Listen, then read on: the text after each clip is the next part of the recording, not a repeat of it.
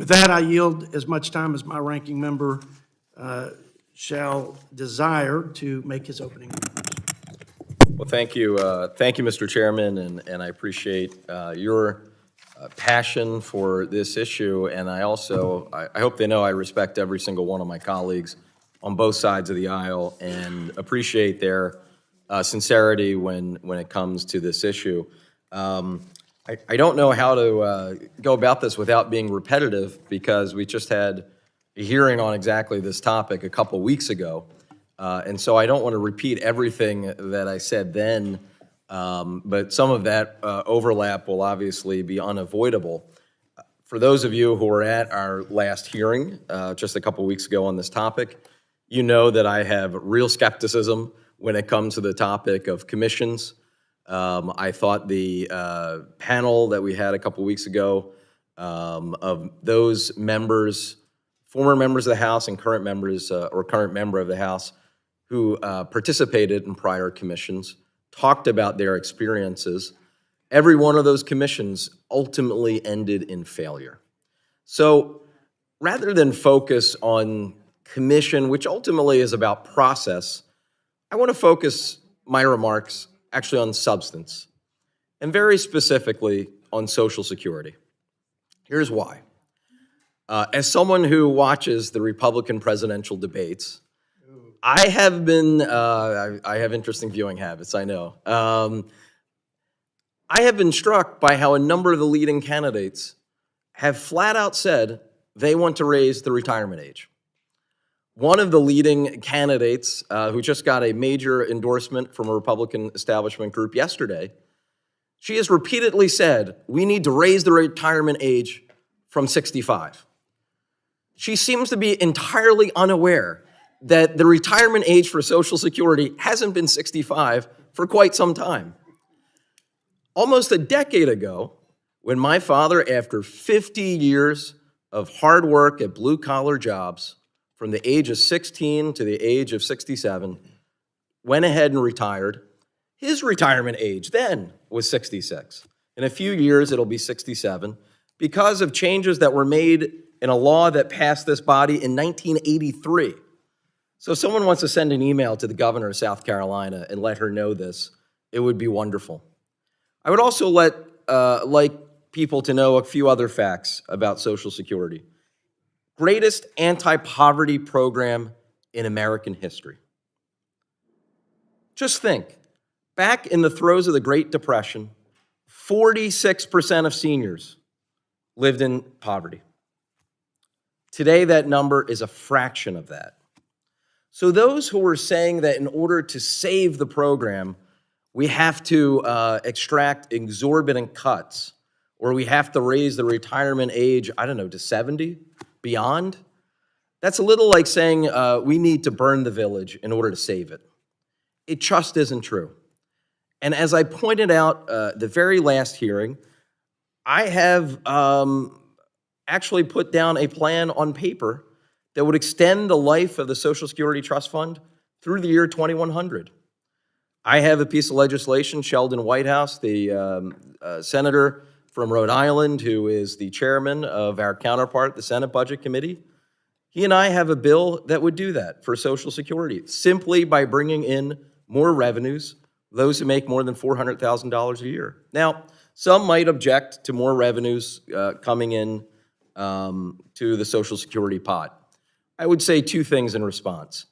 First, and this comes up every single time I have a town hall, whether it was in person or a teletown hall, maybe some of you have had the same experience.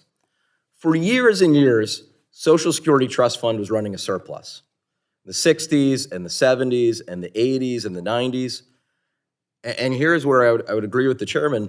Congresses, under the control of both parties, instead of using that surplus to set it aside for future retirees so it would be there, they decided to spend that surplus to meet what were the needs of the current day. That is a tragedy. I remember those great Saturday Night Live skits about Al Gore and making fun of his lockbox in the year 2000. But he was right. Had that surplus been saved in a lockbox or whatever you want to call it, there would be more revenue available now that those who were earning those wages to pay those Social Security taxes back in the 70s and 80s and 90s and aughts, now that they're retiring today. So it is only fair that more revenue is brought into the system when you consider back when there was more revenue than was going out to meet the needs of retirees then, that money was spent on things that were other than Social Security. So I think that it is entirely appropriate when it comes to extending the life of the Social Security Trust Fund. I would also point out, and this has come up repeatedly throughout the year that we've had here in this room of hearings, when you take the 2001 George W. Bush tax cuts that weren't paid for, the 2003 Bush tax cuts that weren't paid for, the reauthorization of most of that a decade later, and then the 2017 TCJA, I asked numerous witnesses, what is the cumulative amount of those tax cuts that weren't paid for? And the figure that was cited repeatedly at that table was $10 trillion. So when we look at that national debt of about $33 trillion, remember, about 10 of that is missing revenue from the last 22 years of tax cuts that weren't paid for. So I appreciate, again, the sincerity of those who believe that a commission would be a better process. But as I pointed out a couple weeks ago, and I'll repeat today, whether it's a commission or some other process, in the end of the day, it will come down to individuals voting from a couple menus of options. And the main menu will have either more revenues or cuts, or some combination of thereof. And you can have the greatest, biggest blue ribbon possible and put that on a commission. That won't be a substitute for the fact that ultimately, individuals will have to put up a vote either saying, yes, this is how we're going to raise more revenue, or yes, this is how we're going to enact cuts. I'm very clear the side that I come on. It would be very easy and intellectually dishonest if I sat here and said, oh, we don't need more revenues and the things are going to be perfectly fine. No, I acknowledge, as I've said, the Social Security Trust Fund is projected to fall short of meeting 75% of benefits somewhere between the year 2033 and 2034. The trustees of Social Security say it's 2034. CBO says it's 2033. We can safely say in roughly a decade, we will meet a critical point. It's pretty clear on what side I come down.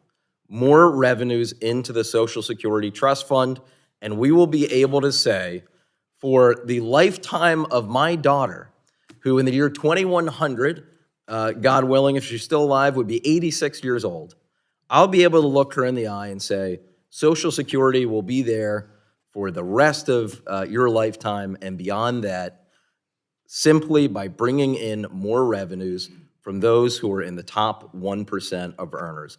I think that is fair. I think that is appropriate. And for those who disagree, I would be very interested in seeing what their plan is and their alternative. And with that, I'll yield back. Thank you, Chairman.